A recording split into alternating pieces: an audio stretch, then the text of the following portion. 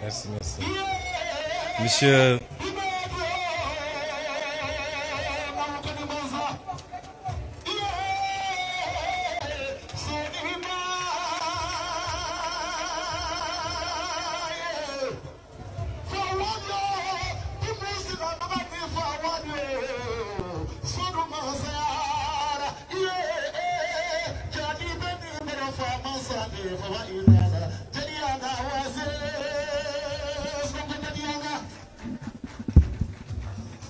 Monsieur le ministre de la formation professionnelle,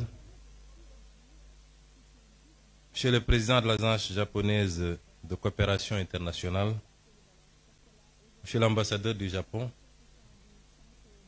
Mesdames, Messieurs les représentants des missions diplomatiques, Monsieur le représentant résident de l'Agence japonaise de coopération internationale, Monsieur le président du conseil d'administration du Centre de formation professionnelle et technique Sénégal-Japon, Mesdames, Messieurs les directeurs généraux, les directeurs nationaux et directeurs de société, Mesdames, Messieurs les représentants des organisations patronales et des travailleurs, Monsieur le directeur du Centre de formation professionnelle et technique Sénégal-Japon, Mesdames, Messieurs les membres du corps enseignant et du personnel administratif, chers élèves et étudiants, Mesdames, Messieurs,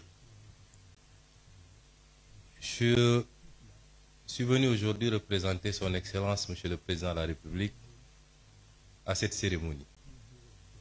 Hier déjà, le Président de la République avait reçu Monsieur le Président de la JICA et Monsieur l'ambassadeur du Japon.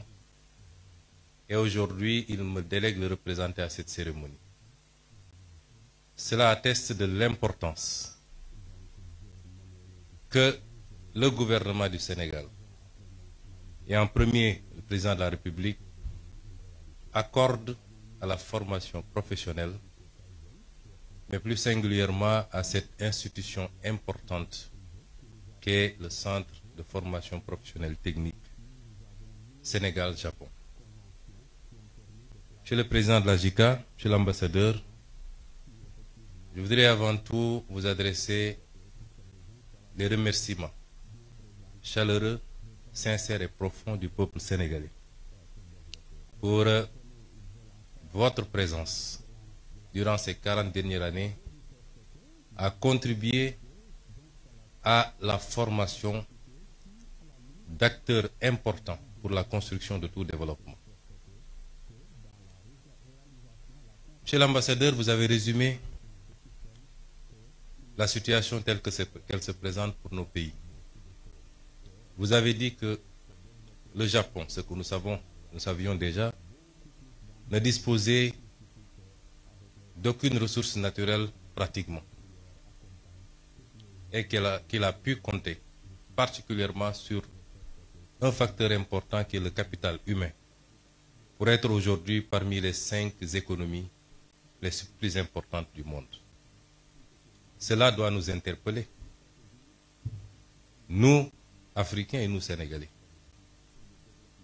puisque nous disposons d'énormément de ressources naturelles, du pétrole, du gaz, du zircon, des ressources halieutiques, des terres arables, de la ressource solaire et halieutique en abondance. Nous n'avons pas un climat hostile, nous n'avons pas des hivers extrêmement durs. Nous ne sommes pas confrontés à certains problèmes géographiques ou des problèmes liés à un certain nombre de phénomènes tels que les tremblements de terre, les cyclones, les tsunamis et toute autre catastrophe naturelle qui dévaste souvent un certain nombre de pays, et particulièrement le Japon. Et qu'est-ce qui justifie dès lors que nous soyons là où nous en sommes et que le Japon en soit là où il en est? C'est cette problématique qui nous interpelle quand j'étudie le modèle japonais, quand j'observe le modèle japonais. Et la réponse se trouve simplement en 2 ou 3 choses. Le développement doit être porté par un leadership éclairé, patriotique et intègre. Le développement doit ensuite être porté par des ressources humaines de qualité qu'on doit former, ce qui nous réunit aujourd'hui ici. Mais le développement, c'est aussi un état d'esprit. Et tout à l'heure, on nous a présenté l'esprit Kaizen, qui est un esprit dont nous devrions nous inspirer, qui renvoie à la discipline, à l'organisation et à la fixation sur les objectifs qu'on s'est assignés. Et notre gouvernement, justement, Monsieur l'ambassadeur et Monsieur le Président, veut lever ces défis. Les modèles de développement qu'on nous a présentés ou qu'on nous a appliqués jusqu'à présent ne pourront jamais développer nos pays. Donc c'est la fin de l'ère de l'endettement inconsidéré pour venir investir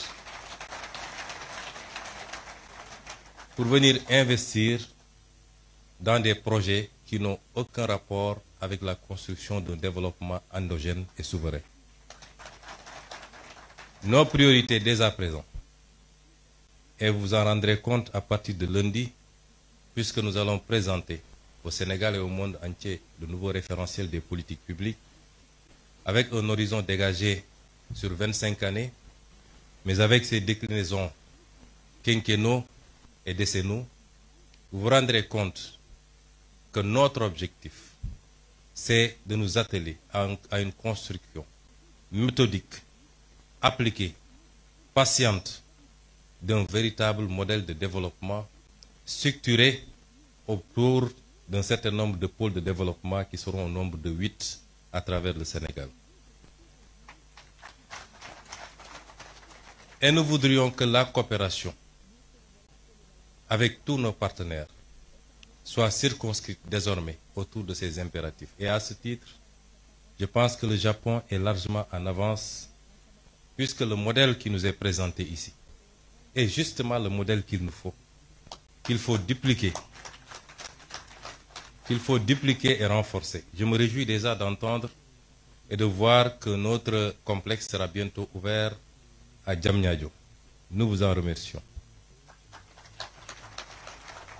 Mais il est souhaitable, toujours avec la coopération japonaise, que nous puissions ouvrir autant de complexes, à défaut de le faire dans toutes les régions, du moins dans les 8 pôles de développement, pour accroître la chance de tous les Sénégalais, les jeunes Sénégalais, de pouvoir bénéficier d'une formation de qualité chez eux et de pouvoir contribuer localement à construire le développement endogène au niveau local d'abord, au niveau des pôles, puisque c'est la somme des résultats obtenus en mettant en compétition les 8 pôles qui nous permettront d'avoir un résultat appréciable au niveau national.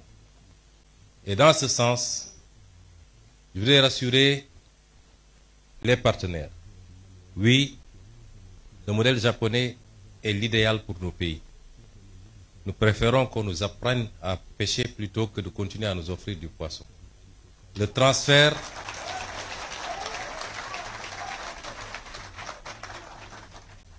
de technologie par la formation qualitative.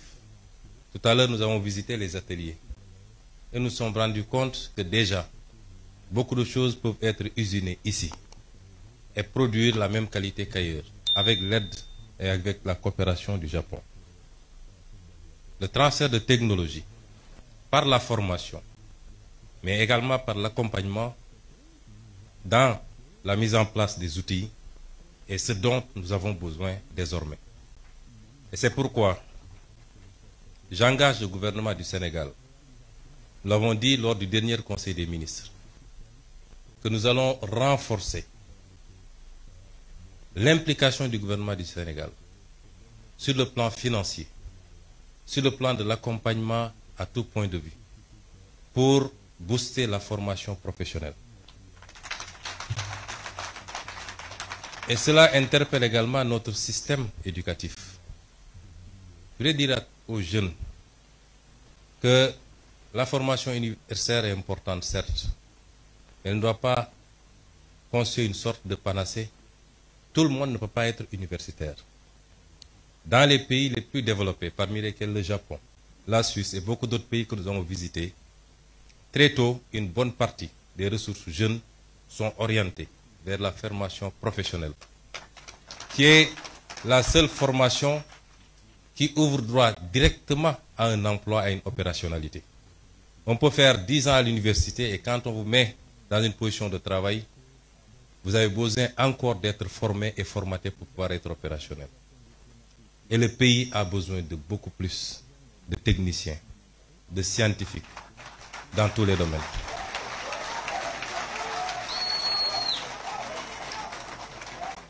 Et c'est pour rassurer également les élèves étudiants que nous ferons le nécessaire avec tout l'accompagnement qu'il faut pour que vous puissiez pousser le plus loin possible, notamment le cycle d'ingénierie,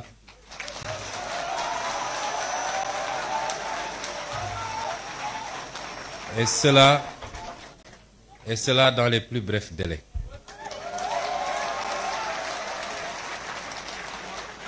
Je ne voudrais pas être long dans ce discours. Je voudrais simplement dire au peuple sénégalais, au-delà des félicitations à nos partenaires japonais, parce que tout ce qu'ils ont fait,